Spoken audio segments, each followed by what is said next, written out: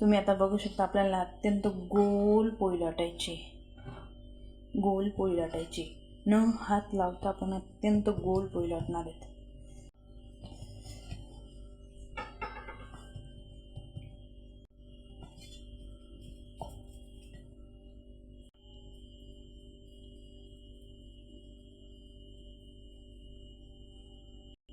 अत्यंत गोल पोळी लाटायची आपल्याला.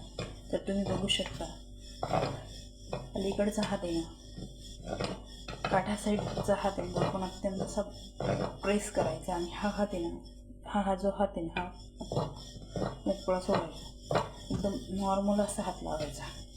आणि आता आपण बघू शकतो की न हात लावता इतकी गोल पोळी होईल ना,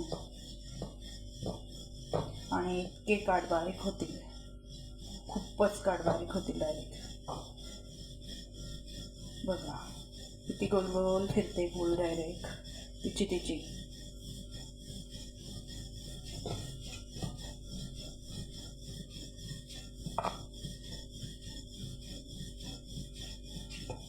गोल गोल फिरते डायरेक्ट तिची. तिला आपण हातही नाही लावलेला.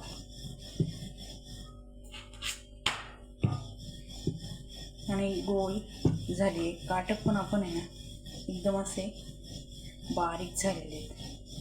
पोळी अत्यंत गोल गोल फिरते.